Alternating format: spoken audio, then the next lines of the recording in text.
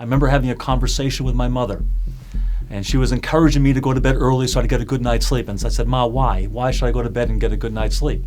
She says, so you can get up and be refreshed in the morning and do well in school. I said, why do I need to do well in school? She says, so you can go to a good college. I said, why do I need to go to a good college? She said, so you can get a good job. Why do I need to get a good job? So you can have a family and have a house and have the nice things of life. And I said, well, okay, if I have all those things, then what? She goes, then nothing, that's it. I said, is that all there is? Being the only son of a Jewish mother, I was made to feel like I was the center of the universe. It was all about me. And then in the world, when it wasn't about me, it was shocking to me. And I wanted it to be about me. I sought the approval and the affirmation and the confirmation of these things from other people, that in fact it was about me and that I was the center of the universe. I went to a private school and we had to study the life of Jesus at that private school. And I didn't like Jesus, but I wanted to hear from my own rabbi why we don't believe in Jesus. And he explained to me that he couldn't be the Messiah because when Messiah comes, he'll bring peace. And since Jesus has already come and there is no peace, he could not be the Messiah. And that satisfied me for about 7 years. And I was totally satisfied with that answer. It made sense to me.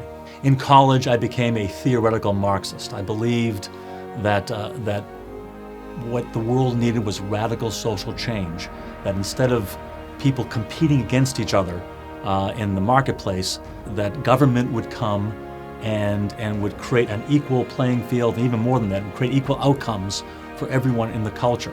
If we could get rid of the competitiveness and the adversarial relationship that I saw in the culture, and we could work towards cooperation, we could create a better world together. And I really wanted to make a better world. That was I saw this as a source of significance and purpose in my life, that I could help bring about a better world for mankind.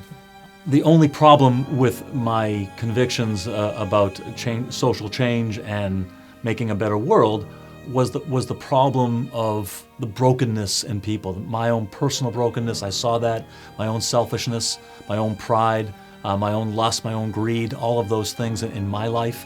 And I saw that in other people. I saw it in the world around me. And if there was something wrong with us, if there was something wrong with people, then changing social systems wouldn't make any difference. It would just be the same thing over and over again. So in my freshman year of college, I hear a knock on my door. I open the door, and there's a young man there. He looks at me, he goes, "Hi, my name's Paul, and I'd like to talk to you about establishing a personal relationship with Jesus Christ." I thought, whoa, it took me by surprise, and I said, "I'm sorry, I'm Jewish." He goes, "That's okay, so is he." I said, yeah, you're right. Yeah, I said, come on in. So I invited him in the room. I invited some of my Jewish friends from down the hall to come join us. And then he began to explain to us why Jesus was the Jewish Messiah. So the questions that I came to college with stayed with me. And I realized if there was no God, there was no hope. That led me on a quest, on a search. And in the process of that search, I came across the prophecy in the 53rd chapter of Isaiah. And I remember reading it and thinking to myself, what's Jesus doing in my Bible? I was surprised as I read it that this was from the prophet Isaiah, the Jewish prophet. And I said, what's Jesus doing in my Bible? And I began to think, why didn't the rabbi tell me about this? Why didn't he tell me that there was a picture of Messiah other than Messiah bringing peace, but a Messiah that was going to suffer and die for us? After college, in order to make extra money, I worked nights and weekends for a kosher caterer in Boston. One night, April 30th, 1980, I was at Temple Sinai in Marblehead, Massachusetts. I was there for a donor dinner, serving a donor dinner. I was asked if I would pack up the truck so everybody else could go home and just I would be left. And I said, fine. So everybody else left. The ladies had their fundraiser inside the shul, and I was outside with a cup of coffee and a cigarette and just thinking about life. All of a sudden, inside the synagogue, the women started praying. Their prayers began to remind me of my own searching and my own struggle, my own journey that I was on. And I started thinking about Jewish history, and I started thinking about David, and I started thinking about Jesus. Is Jesus the Messiah? Is it really important who the Messiah is? Is Jesus the Son of God? Is he God? Did he ever say he was God? And couldn't he have just meant that he was close to God and intimate with God? And I said, what difference does that make what the name of God is, as long as we live a good life? And as I'm thinking these things, I'm walking around the temple parking lot, and I get to the end of the parking lot, and I look up, and before me is a gathering of light, and the light forms a figure of a man, and the man is all in light, and he's in front of a cross, not on the cross, but in front of a cross, and it's all brightly illuminated in front of me, about 20 yards away from me, as big as life. And I looked up and I saw the figure, and I said, "Oh my God, it's Jesus Christ." And my hands are shaking, and I'm shaking my head on the way home. Did I really see this? Did I really see this? And it scared me so much, I decided to try to put it out of my mind. So I spent the next couple of weeks just partying and going out to bars and just trying to forget about what had happened. And I did this for a couple of weeks of getting drunk and trying to forget.